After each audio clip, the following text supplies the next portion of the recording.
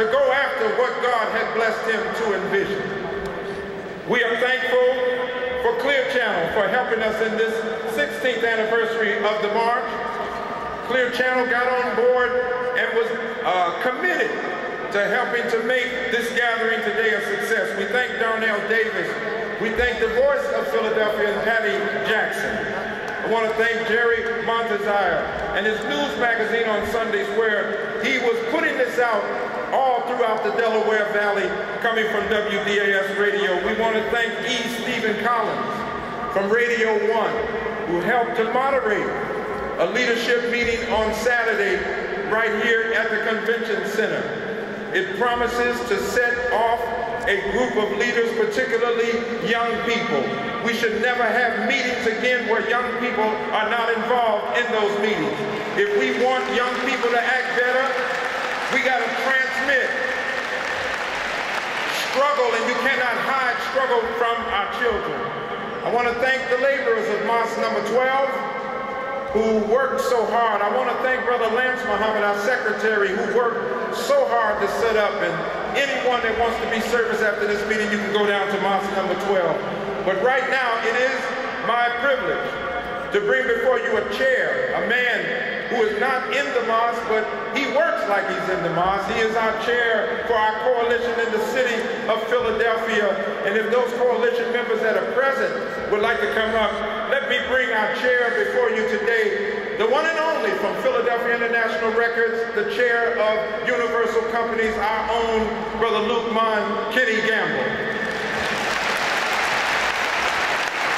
Come on, let's put it together. This is the voice of Philadelphia.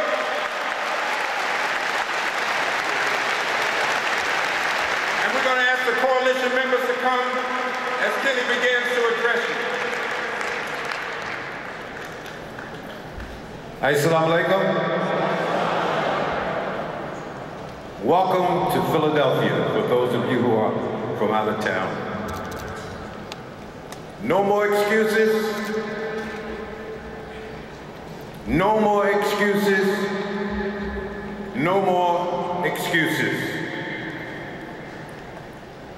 First, I'd like to say, when you came in, you had a card in your seat and a pencil. If you would, write your name down, your email, how we can get in contact with you. Did everyone get a card? Let me see by the raising your hands. Fill those cards out and then send them to your left, and the sisters in the aisle will pick those cards up. Make sure you fill those cards out, because this is just the beginning.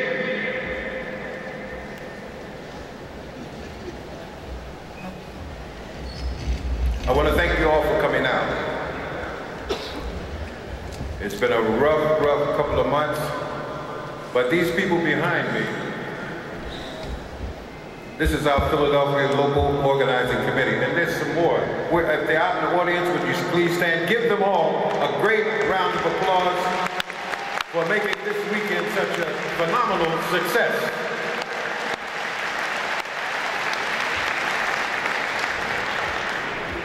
Now, there were some sisters, I don't know where they're at, but it's just not men. We have some wonderful, beautiful sisters here today. This is the million people march now. It's men and women. You know, I heard something the other day from Brother Ismial Muhammad. He said, life means nothing unless you have a purpose. Life means nothing unless you have a purpose. Our purpose with this Philadelphia Local Organizing Committee and the Million More Movement is that we must clean up ourselves first. Did you hear that? We must clean up ourselves first. Then we must clean up our homes. Did you hear that? Then we must clean up our neighborhoods. Did you hear that? And then most important, we must clean up our schools so that we can educate our young, re-educate our adults, so that we can comprehend this environment and compete in the general market. I want to thank you for bringing, come on, that's right. All it takes is one person. And this sister here started the whole clap. Give her a big hand, please. All you need is one person. Now, you know our theme here this weekend. I want to thank you all, whoever bought some non-perishable goods, because hunger is part of our theme this weekend, street violence. I just found out this morning that a Muslim sister was killed, shot to death at 58th and Media, I think it was, late last night. She was caught in a crossfire. So it could be you, it could be me, it could be your children, it could be your mother, it could be your father, it could be your grandfather, at any time, because our streets in our African American communities are uncivilized. So we have to be the ones to clean up ourselves, clean up our homes, clean up our neighborhoods, and clean up our schools.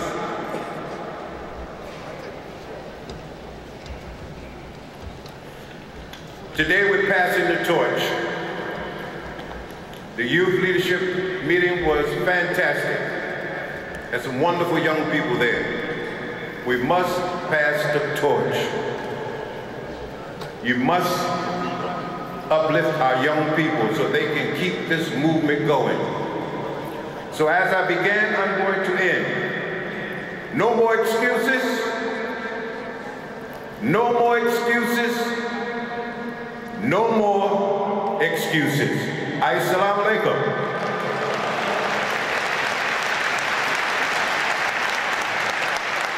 All right, let's hear it for Kenny Gamble. Come on, let's put our hands together on this 16th anniversary of the Million Man March.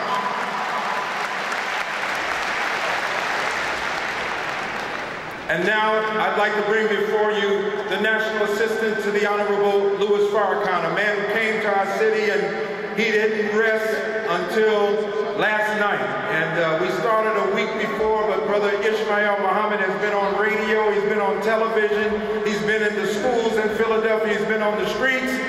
Just ask the people that are out there, please put your hands together for the National Assistant to the Honorable Louis Farrakhan, our own brother student minister, Ismial Muhammad.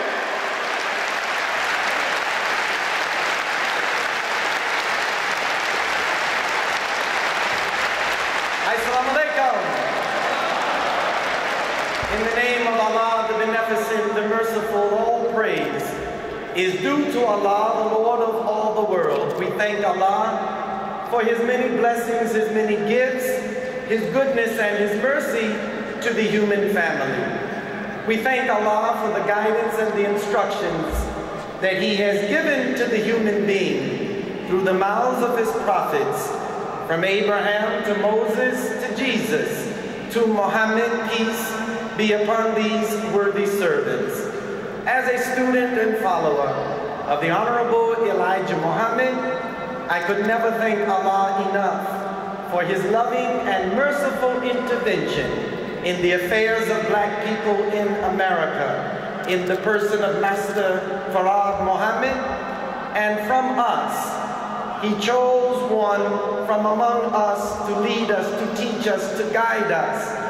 And He chose him to be His messenger Messiah, the most honorable Elijah Muhammad. And from the honorable Elijah Muhammad, we have had many, many students and representatives of his.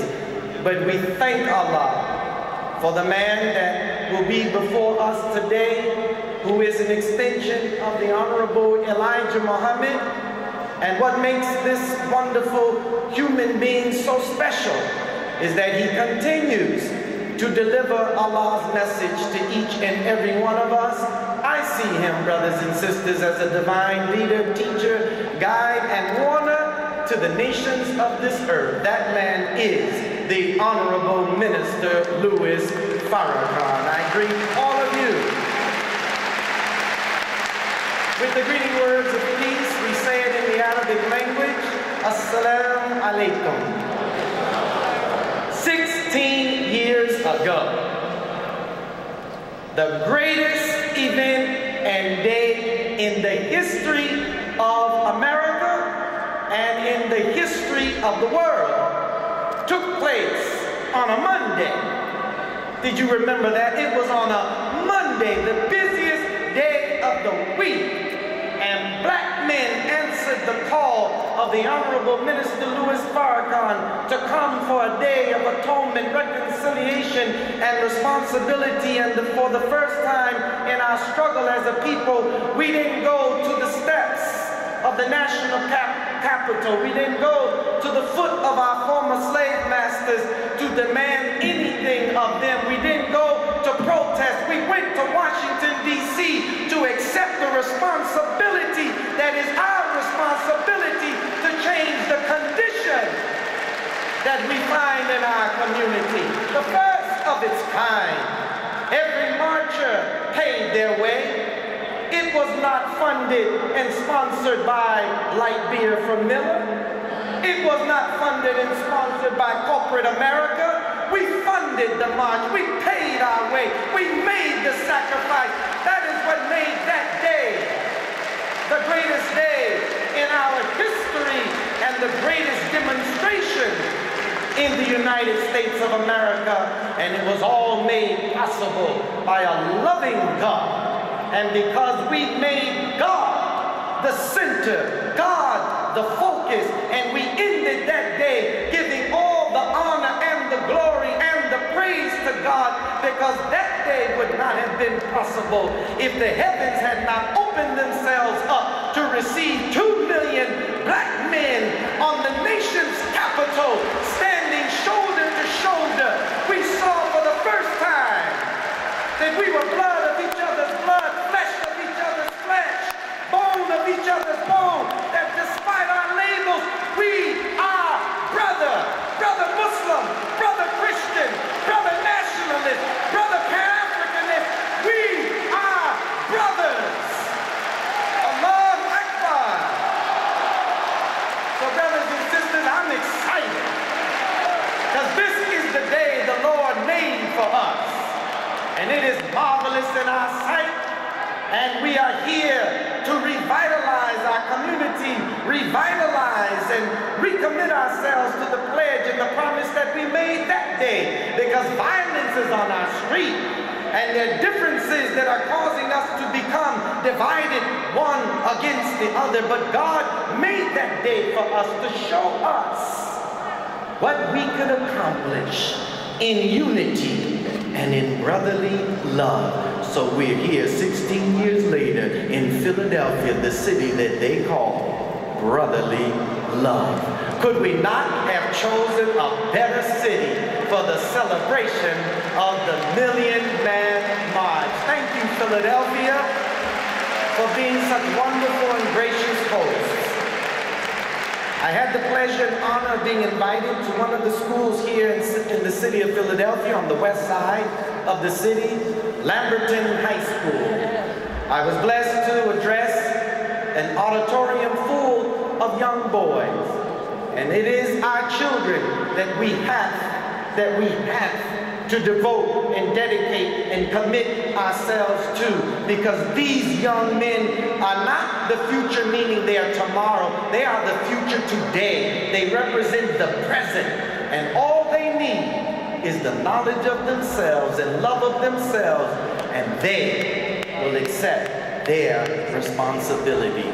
While visiting that school, I was blessed by meeting those students, the principal of the school, and meeting a young man whose name is Noah. And I said, Noah, are you ready to help God build the ark for his people? Because we are living in a time such as that, and that's why Jesus says, as it was in the days of Noah, so shall it be in the days of the coming of the Son of Man. He said, yes, sir, Brother Ismail. I said, well, why don't you come out and represent the young people?